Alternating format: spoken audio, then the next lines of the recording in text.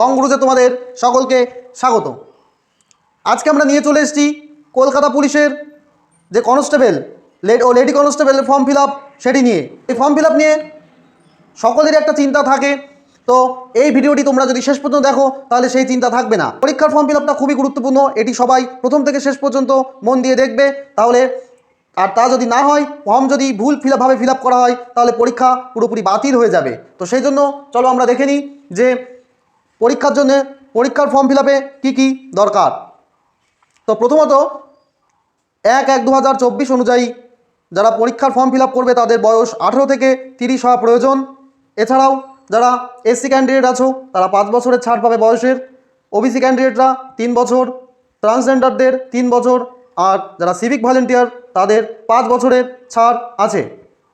তো চলো বেশি কথা না বলে আমরা ফর্ম ফিল আপটা স্টেপ বাই স্টেপ দেখে নিই। প্রথমে ওয়েস্ট বেঙ্গল পুলিশের ওয়েবসাইটে যাওয়ার পর দেখবে এখানে post of constable and lady constable Kolkata police আছে। তো সেখান থেকে ডিটেলস ক্লিক করবে। এখানে দেখতে পাবে তোমরা অনগোয়িং রিক্রুটমেন্ট। তো এটা তোমাদের পরীক্ষার এই ফর্মটা ফিল আপ করতে হবে, তো এটাই ক্লিক করবে। ক্লিক করার পরে দেখবে নিচে আছে অ্যাপ্লাই অনলাইন। তো এখানে অ্যাপ্লাই অনলাইন ক্লিক করার পরে একটা নতুন উইন্ডো ওপেন হবে, যেখানে তোমরা যদি অলরেডি লগ ইন করে থাকো তাহলে ইউজার নেম পাসওয়ার্ড দিলেই চলবে। আর যদি কেউ নতুনভাবে নিউ ইউজার হও সেক্ষেত্রে নিউ সাইন আপ করতে হবে। তো চলো আমরা নতুনভাবে সাইন আপ করে নিই। এখানে এই নাম, ইমেল আইডি, মোবাইল নাম্বার এগুলো সব কিন্তু সবাই ঠিকঠাকভাবে দেখে নিয়ে করবে। চলো শুরু করা যাক। কনফার্ম মেল আইডি, সেই মেল আইডিটা একদম যে মেল আইডি দেবে এটা কিন্তু খুব ভালোভাবে দেখে নিয়ে দেবে, কারণ মেলে একটি ওটিপি আসবে, সেটি কিন্তু তোমাদের দিতে হবে। এখানে মোবাইল নাম্বার দেবে, যে মোবাইল নাম্বার দেবে সেটি কিন্তু ইউজার নেম হয়ে যাবে তোমাদের। হ্যাঁ, তো এখানে আমি আমার মোবাইল নাম্বার দিচ্ছি, তোমরা ফর্ম ফিল আপের সময় তোমাদের নিজের ফোন নাম্বার অবশ্যই দেবে। এটি দেখো, এটি হয়ে গেল ইউজার নেম। এর পাসওয়ার্ড দেবে 8 ক্যারেক্টার যেন অবশ্যই হয়, আর একটি স্পেশাল ক্যারেক্টার ব্যবহার করবে। এরপরে দেখো নিজে দেখে নাও, সব নিজে দেখে নেওয়ার পরে সাইন আপ করবে। দেখো মোবাইলে একটা ওটিপি যাবে আর মেলে একটি ওটিপি যাবে। তো মোবাইলের ওটিপিটা সবাই আগে দেবে, মেলের ওটিপিটা মেল খুলবে, মেল চেক করে ওটিপি দেবে সবাই, দেন ভেরিফাই ওটিপিতে ক্লিক করবে। দেখো ওটিপি সাকসেস হয়ে গেছে এবং তোমার আইডি পাসওয়ার্ড কিন্তু ক্রিয়েট হয়েছে। যে পাসওয়ার্ডটা দিয়েছো সেটি কিন্তু অবশ্যই সবাই খেয়াল রাখবে, আর ফোন নাম্বারটা হচ্ছে তোমাদের ইউজার নেম। এবার আমরা লগ ইনে ক্লিক করবো। মোবাইল নাম্বারটা ইউজ করেছো সেই মোবাইল নাম্বারটা সবাই দেবে, আর পাসওয়ার্ড যেটা নিজেরা ঠিক করেছো সেটি, যে পাসওয়ার্ডটা দিয়েছো সেটি দেওয়ার পরে লগ ইন করবে। দেখো একটি নতুন পেজ ওপেন হয়েছে, যেখানে দেখো তোমরা দেখতে পাচ্ছ অ্যাপ্লিক্যান্ট নেম দিয়েছো, সেই অ্যাপ্লিক্যান্টের নেম এখানে আছে। তোমরা যে নাম দিয়েছিলে তোমাদের প্রত্যেকের নিজের নাম থাকবে। এরপরে দেখতে পাচ্ছ personal details, qualification, communication and other details, তারপরে upload photo and signature, then preview application, তারপরে পেমেন্ট করলে তোমাদের ফর্মটা ঠিকঠাকভাবে সাবমিট হয়ে যাবে। তো চলো আমরা পরপর স্টেপ বাই স্টেপ করতে করতে এগোতে থাকি। দেখো যে পোস্টের জন্য অ্যাপ্লাই করছেন সেখানে তোমাদের দেওয়া আছে constable and lady constable KP 2024। এবার তোমাদের এখানে স্থায়ী ঠিকানা রাজ্য সিলেক্ট করতে বলছে। তো চলো আমরা সকলেই ওয়েস্ট বেঙ্গল, এটি সবার একই হবে, ওয়েস্ট বেঙ্গল আমরা সিলেক্ট করে নেব। এরপরে তোমাদের রাজ্য আর একবার বলছে কনফার্ম করতে, তো এটাও সবার ক্ষেত্রে একই রকম হবে, ওয়েস্ট বেঙ্গল আমাদের রাজ্য।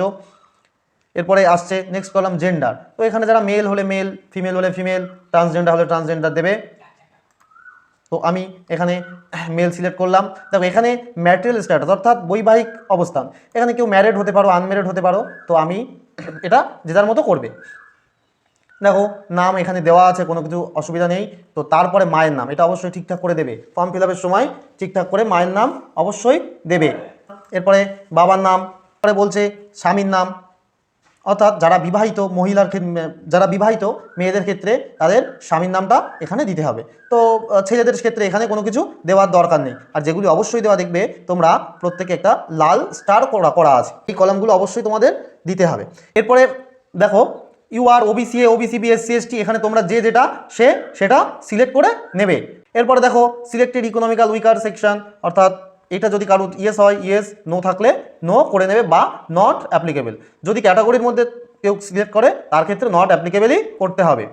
কেউ যদি এক্স সার্ভিসম্যান বা কেউ কলকাতা পুলিশে চাকরিরত অবস্থায় আছে তাহলে সেটি এখানে হ্যাঁ বা না বা নট অ্যাপ্লিকেবল করতে হবে। এখানে দেখো এক্স সার্ভিসম্যান যদি কেউ করে থাকে তাহলে সে কোন বছর থেকে কোন বছর কতদিন করছে বা সে কতদিন তার সাথে যুক্ত আছে সেগুলো দিতে হবে। তো নট অ্যাপ্লিকেবল করার জন্য এগুলি আমাদের কিছু প্রয়োজন হবে না। এবার ওখানে প্রত্যেকে নিজেদের ডেট অফ বার্থ সিলেক্ট করবে।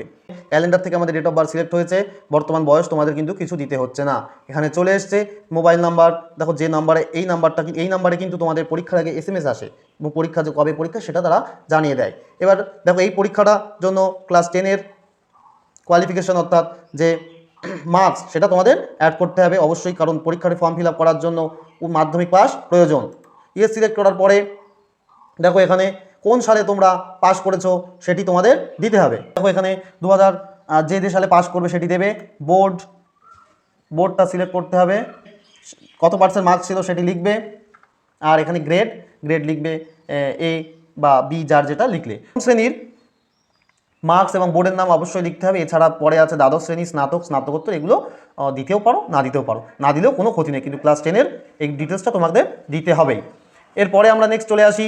নেক্সট কলাম বলছে মেরিটোরিয়াস স্পোর্টস পারসন, কেউ খেলোয়াড় কোটায় আছো নাকি। 16 নম্বরে আমরা চলে আসি, বলছে কে কোন সম্প্রদায়। এটা যদি হাইটের ছাড় নিতে যাও তাহলে, যদি হাইটের ছাড় প্রয়োজন হয় তাহলে, যদি কেউ কমিউনিটির মধ্যে পড়ো তাহলে এখানে সিলেক্ট করতে হবে, না হলেও দরকার নেই। দেখো মেল আইডি আমরা যে মেল আইডি দিয়েছিলাম সে মেল আইডি আছে। এরপরে আমরা নেক্সট ক্লিক করব।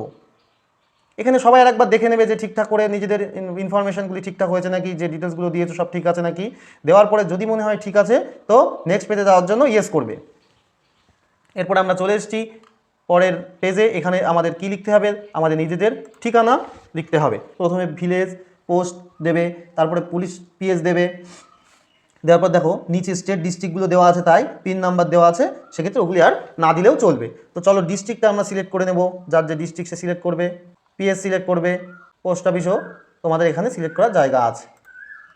দেখো পিন নাম্বার পোস্ট অফিসের সাথে অটোমেটিকলি চলে এসছে। এইখানে একটা খেয়াল করবে যে নিয়ারেস্ট রেল স্টেশন, এটি কিন্তু ঠিকঠাক করে দেবে। দেখো আমরা প্রথমে একটা কলমে স্থায়ী ঠিকানা দিয়েছি, তো তারপরে সম্পূর্ণ যোগাযোগের একটি ঠিকানা চাওয়া হয়েছে। তো এই বক্সে যদি ক্লিক করা হয় তাহলে পরেরটি আর করতে হবে না, এটি সেম হয়ে যাবে। দেখো প্রথমটা করা, এই টিকটা দেওয়ার সাথে সাথে প্রথম আর দ্বিতীয়টা সেম হয়ে গেল। 19 নম্বর কলমে আসছে, বলছে যে বাংলা ভাষায় লিখতে পড়তে তুমি জানো নাকি। তো এটি সবাই অবশ্যই সিলেক্ট করবে। দেন রিলিজিয়ান আসবে, যে রিলিজিয়ানের মধ্যে পড়ো সেটি সিলেক্ট করবে।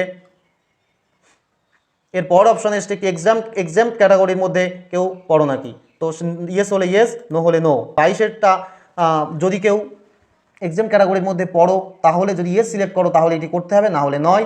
23-এ বলছে যে যদি কেউ সরকারি সংস্থায় কর্মরত থাকে তাহলে হ্যাঁ, না হলে না।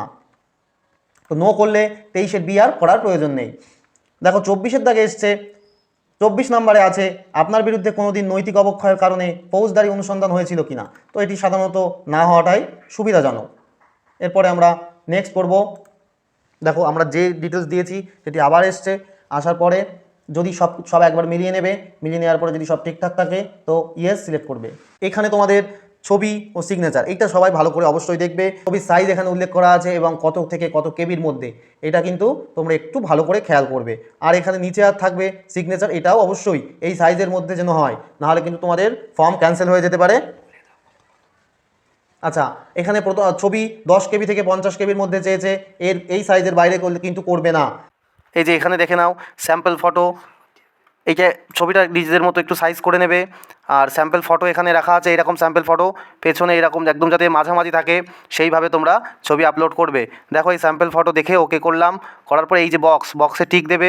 দেওয়ার পরে দেখো মিডিলে মোটামুটি ছবিটা যেন মাঝখানে থাকে এবং ওকে আপলোড করবে।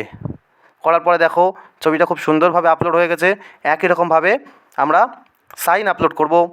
সাইনটা দেওয়ার পরে এইখানে ক্লিক করে তোমরা দেখে নেবে অবশ্যই কেমনভাবে দিতে হবে। দেখো একদম মাঝখানে যাতে সইটা পুরোটা আসে সেইভাবে কিন্তু অবশ্যই দেবে তোমরা। তো তারপর এখানে এই বক্সটায় টিক দেবে, টিক দেওয়ার পরে ওকে আপলোড। দেখো সইটাও কিন্তু খুব সুন্দরভাবে আপলোড হয়ে গেছে এবং এই বক্সটাতেও কোনোটাতে ফাঁকা নেই। তো যে স্থানে করছো সেই স্থান সবাই লিখবে। তারপর এখানে একটা ডিক্লারেশন আছে, ডিক্লারেশনটার ওখানে ক্লিক করবে এবং নেক্সট যাবে। তো দেখে নাও এখানে দেখো ডিক্লারেশন অ্যাকসেপ্টেড, আর প্লেস তুমি যেখান থেকে করেছো সেটি ঠিক আছে নাকি। তো ইয়েস জন্য ইয়েস করব। ইয়েস করার পরে দেখো তোমাদের টোটাল ফর্মটা প্রিভিউ আসবে। তোমরা সবাই এখানে অবশ্যই ফর্মটা সাবমিট করার আগে এখানে বারবার বলছি, এখানে কিন্তু ভালো করে চেক করে নেবে যে ছবি যদি ঠিকঠাক দেওয়া হয়, ছবি ও সই ঠিকঠাকভাবেই তবে আসবে, নাহলে কিন্তু এখানে কিন্তু আসবে না। আর সেটা তোমরা দেখে নেবে।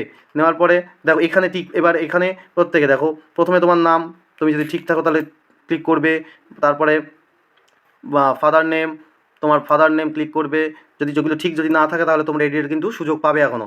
মাদার নেম, জেন্ডার, তারপরে social category, date of birth, serviceman আছো কি না, পারমানেন্ট ডিস্ট্রিক্ট, পিএস, তো PO, permanent pincode, sportsman quota, এখানে সবকটা তোমরা দেখে নিয়ে সবকটা ঠিক যদি থাকে তাহলেই ক্লিক করবে, তোমরা নেক্সট ক্লিক করবে।